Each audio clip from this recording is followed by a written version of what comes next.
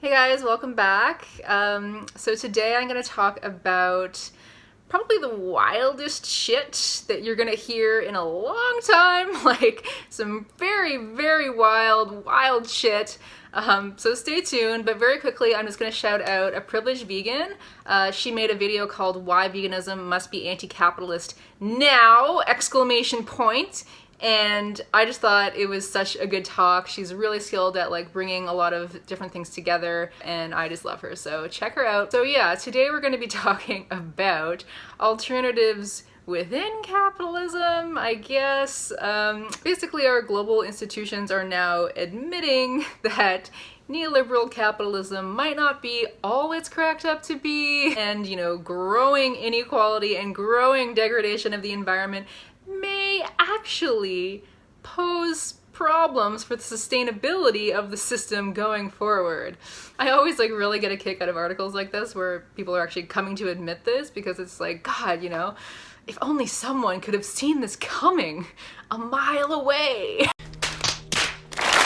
So, what are our global institutions proposing as a solution to these pretty obvious facts that we're only somehow realizing right now? Radical revolution of the global political economy, radical redistribution. No. Don't be silly. No, of course not. No, all we have to do is just decouple the negative environmental and social impacts of growth from growth itself. So basically, all those really terrible social and environmental externalities of capitalist growth itself? Well, all we have to do is just section those parts out, and then we'll be good, really. That's all we have to do. Why didn't anyone think of this for the last 200 years? It's duh, that's it, that's all we have to do. So if you've seen any of my previous videos, especially the capitalism and the environment video, you're probably at this point feeling like you have been taking crazy pills.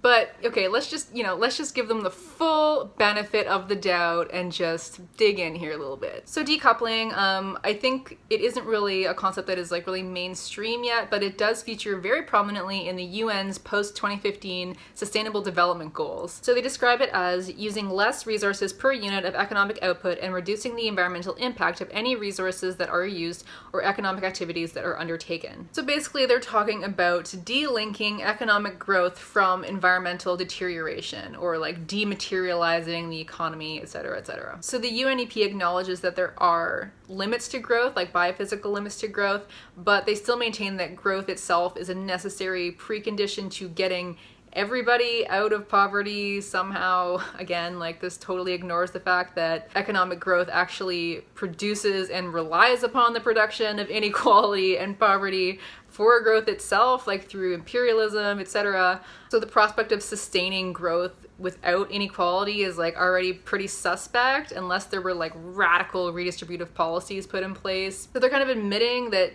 resource consumption is still one of the main measures of economic prosperity, but saying we need to raise everyone's economic prosperity who is in poverty without raising consumption, actually reducing consumption.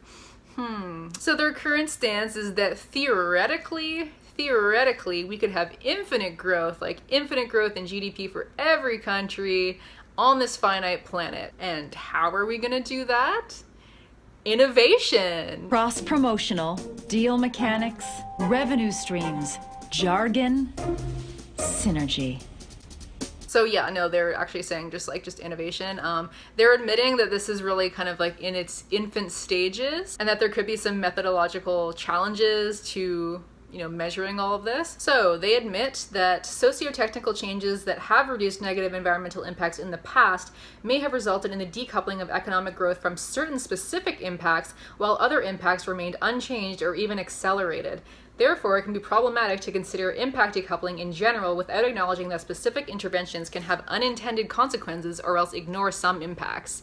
It follows that it may be difficult to design a system-wide set of interventions capable of decoupling resource use from all negative environmental impacts simultaneously. So by their own admission, like the limited evidence of decoupling that we've seen has focused on like maybe one or two impacts, like CO2 or something, but absolute decoupling has not occurred or like has been completely rare. And even in places where there was some like relative decoupling of a few impacts, many times these were just like outsourced and kind of, you know, exported to developing nations from first world nations. So like countries that have actually made some gains towards like domestic decoupling have basically all been just offshoring production somewhere else. So looking at the environment only, the global economy relies on inflows of resources from the Earth's biophysical stocks like energy and matter, and then it returns outflows of waste and emissions, obviously. So obviously on a finite planet there are going to be limits to these stocks and flows, first of all,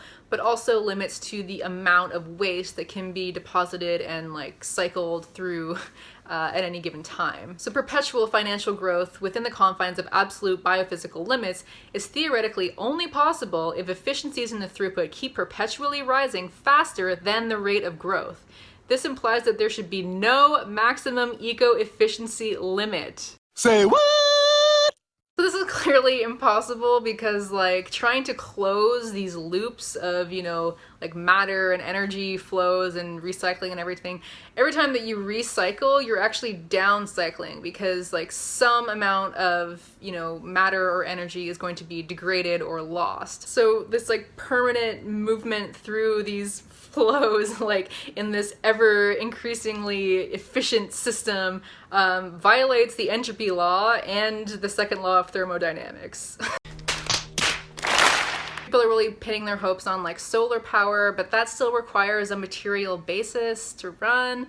Or same thing, like people are saying, you know, everything's going online now, like books, MP3s, whatever, but still, that still requires like a material basis, like e-readers and computers and whatever, the whole bit. And that doesn't even say anything about like all the resources and things people would need to be exploiting to get the money to buy those things. So yeah, I could probably just like stop right there and it would already be convincing, but there's actually so much more. So, okay, socially and economically, like I've talked about before, the way of making profits in a capitalist society is number one, appropriating the surplus value of labor. Number two, externalizing costs like environmental costs. So if producers actually tried to redress these two things, like the social and economic externalities of growth, and internalize those costs into production, the costs of production would rise dramatically, and therefore the prices of goods would rise dramatically as well, unless producers were willing to accept a lower rate of profit, which would hinder overall growth. So for example, like it's suggested that the average hamburger, like fast food hamburger, would cost actually $200 US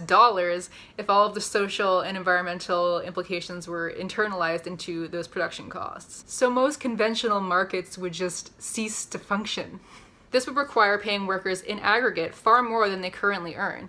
Yet, paying workers more entails either decreasing one's profit margin or raising prices even further, creating the conditions for a vicious cycle that would likely reverse the economic gains of decoupling altogether. So remember that a capitalist economy has to grow every year to reproduce itself, and that this becomes harder and harder to do as the size of the economy gets bigger and bigger, because compound interest necessitates that, you know, the same rate of growth every year will require an ever greater, like exponential expansion of economic activity. So David Harvey says, to keep a satisfactory growth rate right now would mean finding profitable investment opportunities for an extra nearly $2 trillion compared to the mere $6 billion that was needed in 1970.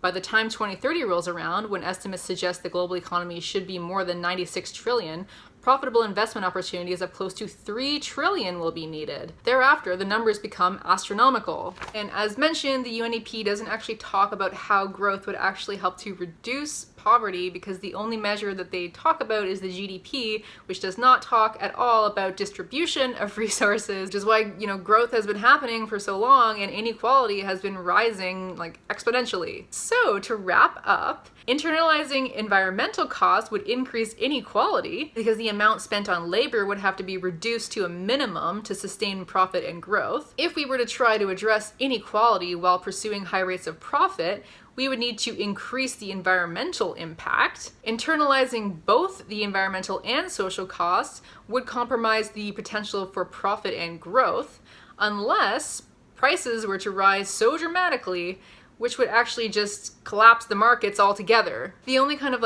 immaterial growth we can think about would be in the financial sector, but that's hardly a long-term sustainable development pathway, right?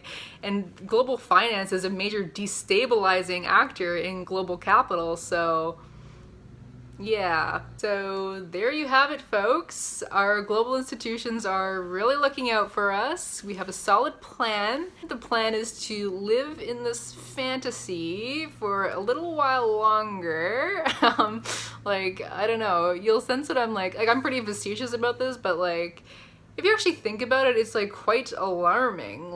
Really? This is the plan? We're just gonna pretend that we can do this? Just pretend that we can do anything other than actually addressing the foundations of capitalism?